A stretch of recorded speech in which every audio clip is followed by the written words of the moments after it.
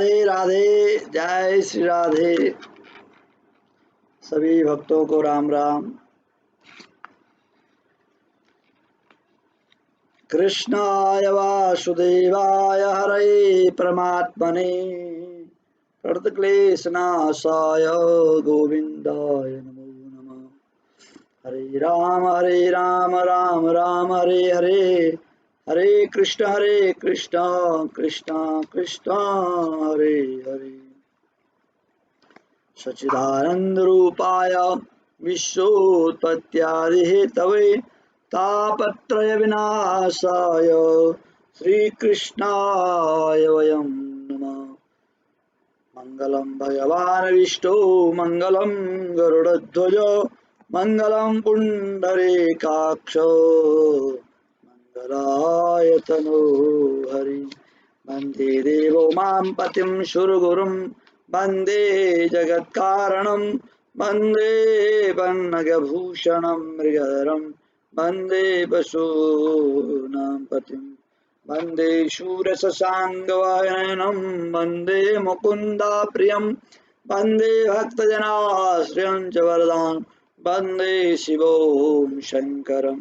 करचरणकृतं वा कायजं कर्मजं वा श्रवणनयनजं वा मानसं वा पराधं पीतमयितं वा सर्वमेतत्क्षमस्व।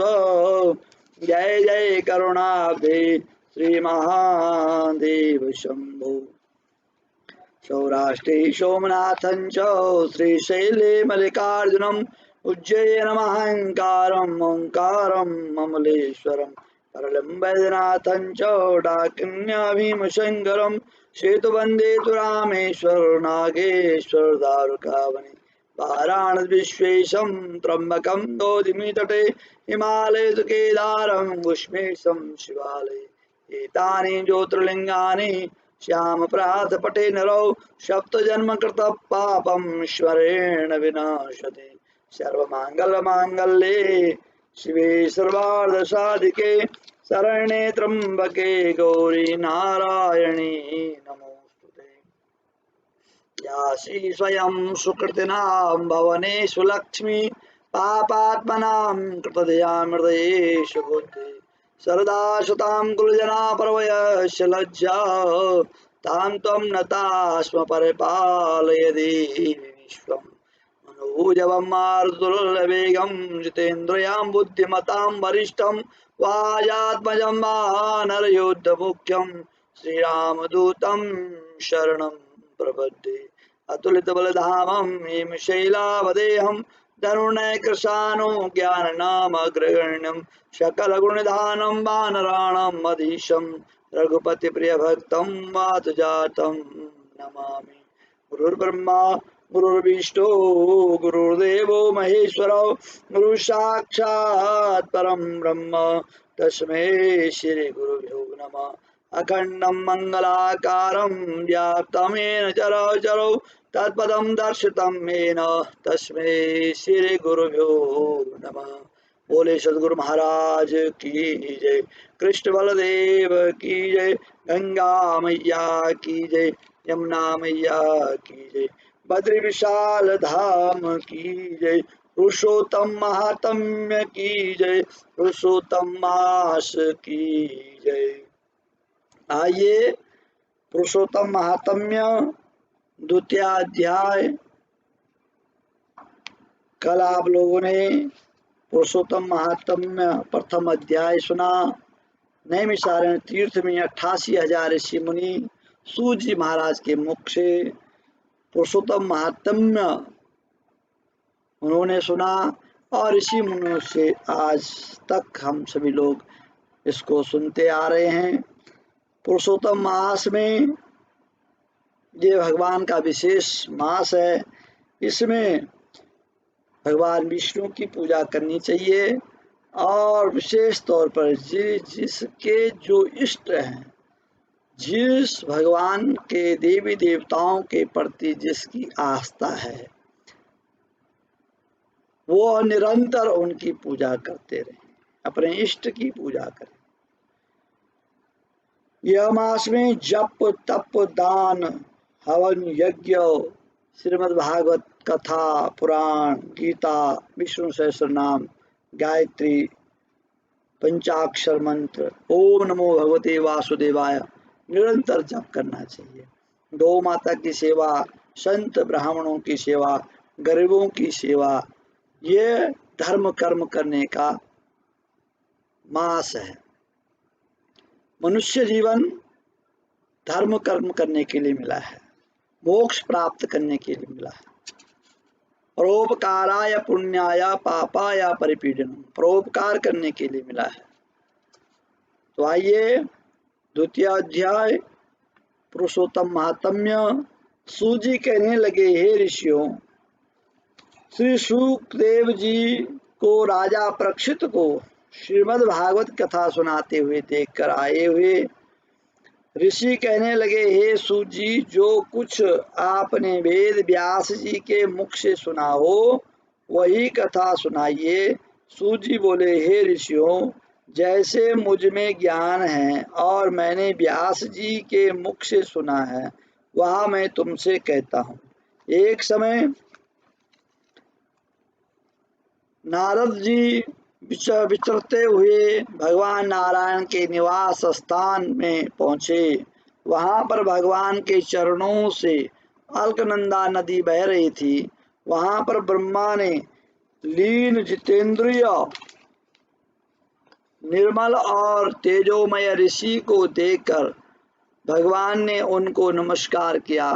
तब साष्टांग नमस्कार कर श्री विष्णु जी की स्तुति करते हुए नारद जी कहने लगे, हे देवादिदेव, संसार के स्वामी, हे दया सिंधु, आप सत्यवादी हो, त्रिसत्य हो, सत्य के सार रूप सत्य से ही उत्पन्न हो और सत्य योनि हो, आपको नमस्कार। इस प्रकार से नारद जी ने भगवान को नमस्कार किया। हे भगवान, आप सब प्राणियों के हृदय में वास करते हैं।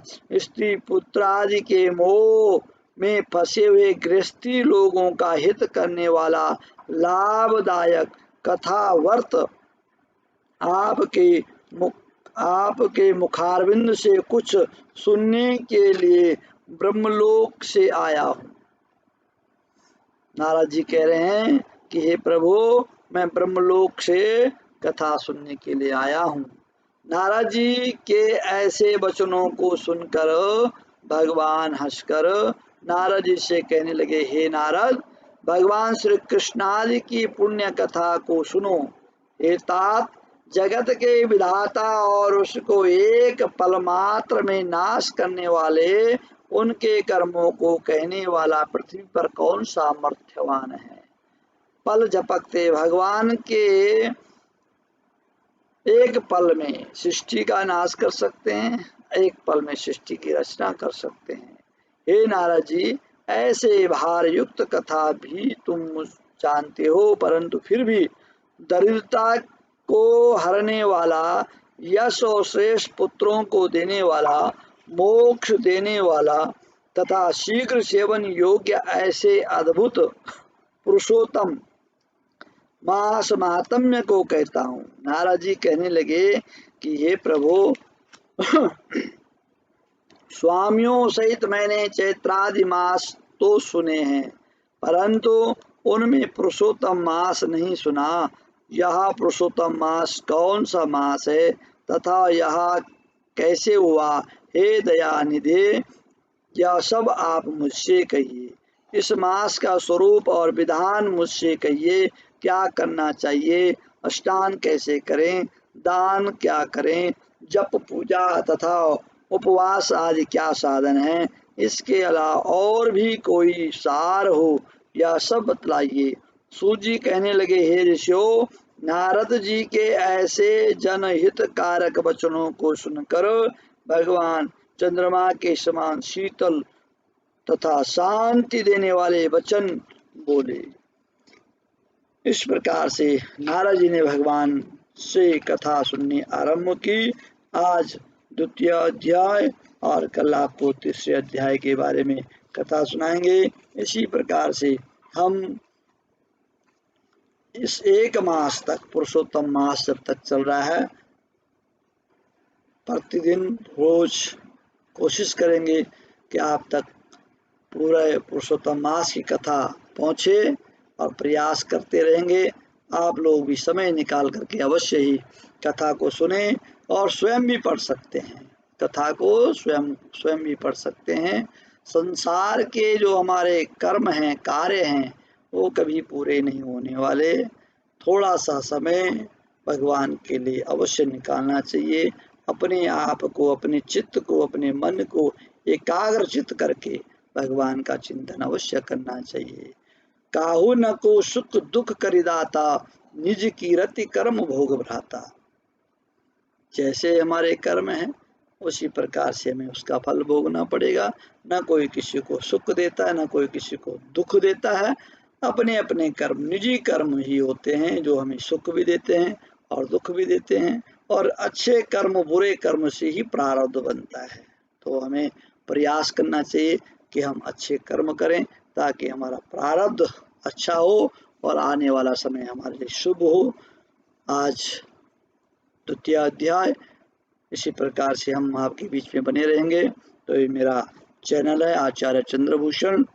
आप इसको लाइक करें, सब्सक्राइब करें, शेयर करें, कमेंट करें। जय जय श्री राधे। हर हर महादेव।